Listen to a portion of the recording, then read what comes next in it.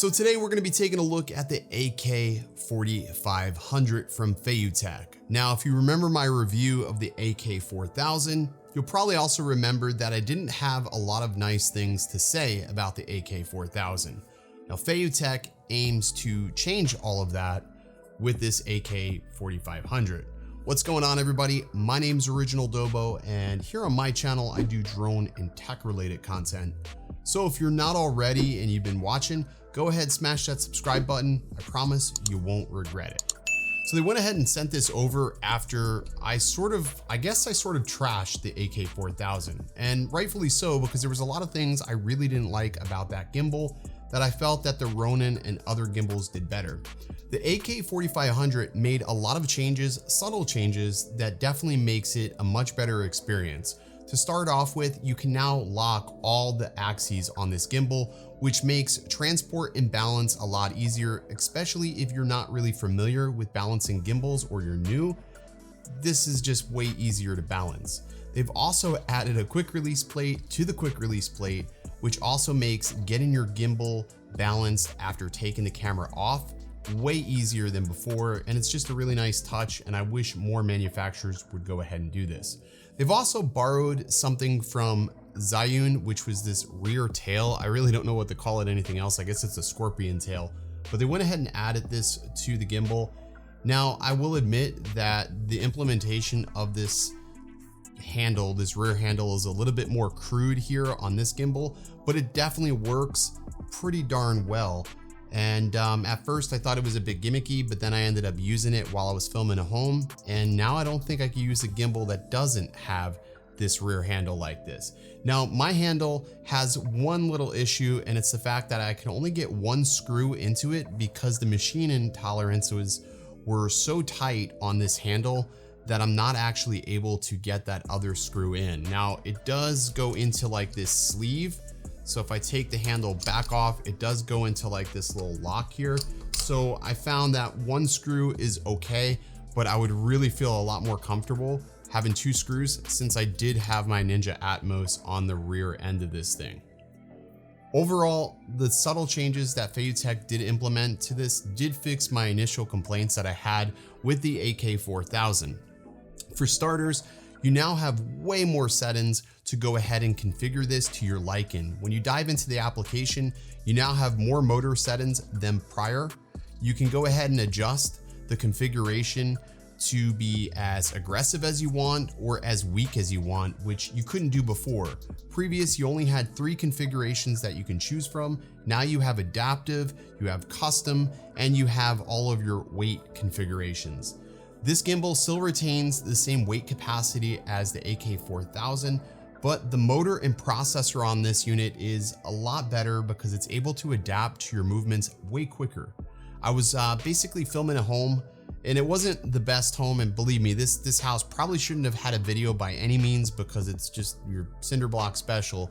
But I went ahead and used this on this particular gig because the last experience I had, I wasn't sure how it was going to do. And I have to say, I'm really impressed with the performance of this gimbal. Now, inside the box, you're gonna get all your standard things that you got with the AK4000. However, this time they do include a focus wheel, which is a nice touch for anybody that wants to go ahead and use that on any of their manual lenses. I'm not gonna go ahead and demonstrate that because I just don't use focus wheels, but I'm glad that that's here on this. They went ahead and moved that funky little knob dial on the side and moved it back to this tail.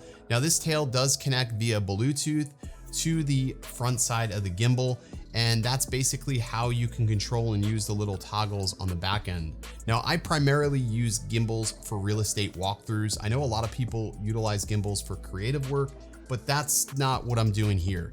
I'm typically reviewing this from somebody who's going to use this every single day filming real estate videos, and I have to say the weight, the performance has been impeccable. I don't have a complaint with that. Like I said, the only complaint I have with this gimbal is the sheer fact that that bolt wouldn't screw in on the right side, but this rear tail definitely makes things much better.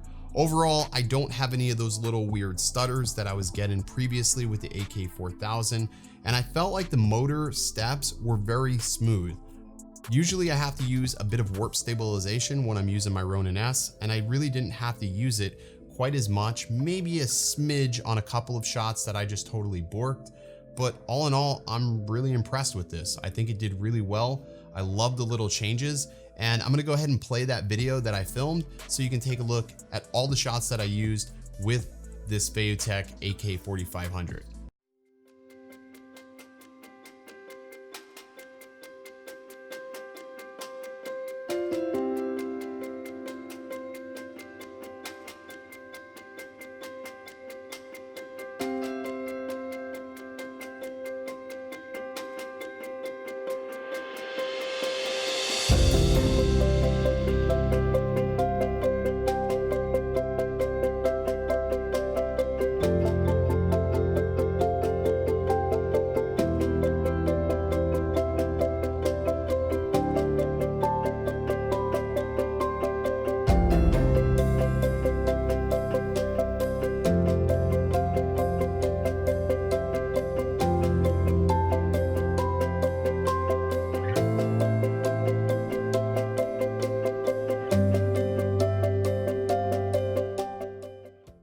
So yeah, I'm really impressed, and I'm probably going to use this gimbal a lot more just simply because it's really convenient. I find it really useful to have this rear arm here simply because when I'm doing parallax in shots, you can go ahead and twist your arm like this, but it's actually easier just to loosen your grip on the gimbal and just slowly turn it to where you want it to go. And honestly, this third grip is so good, so good. I can't believe that I waited this long to try a gimbal with this. And also for those lower shots, it does make it a little bit easier. I also found what this also enabled me to do would tilt the gimbal forward a little bit, which takes out some of those up and down movements that you would typically get with most gimbals. So if you can't tell, I really do like this gimbal. I think that their second impression on me is one that is much more positive. And I wish they would have sent this to me first, because then I wouldn't have to totally wreck the AK4000. But I really do like the AK4500. It's definitely a go for me. I think they took the criticism from the 4000 series and other gimbals, and they were able to make a product that is definitely on par with the competition. That's gonna do it for this video. I really had a lot of fun making this one, and I'm definitely going to be switching over to this gimbal full time until the Ronin SC comes, and we'll see how that does compared to this. But all in all, the weight, the performance, and just the overall utility of it all just means more than anything. And I feel like this did a great job. After looking over that video, I'm definitely a fan. Anyways, I'll be hanging out in the comment section down below for a little bit, so drop me a comment, and as always, stay original.